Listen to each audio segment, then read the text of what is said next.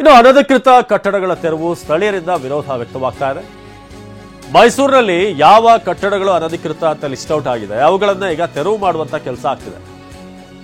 ಆದ್ರೆ ನಮಗೆ ನೋಟಿಸ್ ಕೊಟ್ಟಿಲ್ಲ, ಏಕಾಏಕಿ ಬಂದು ಡೆಮಾಲಿಷ್ ಮಾಡ್ತಿದ್ದಾರೆ ಅಂತ ಈಗ ಮಾಲೀಕರು ಕಿರಿಕ್ ಮಾಡ್ತಿದ್ದಾರೆ.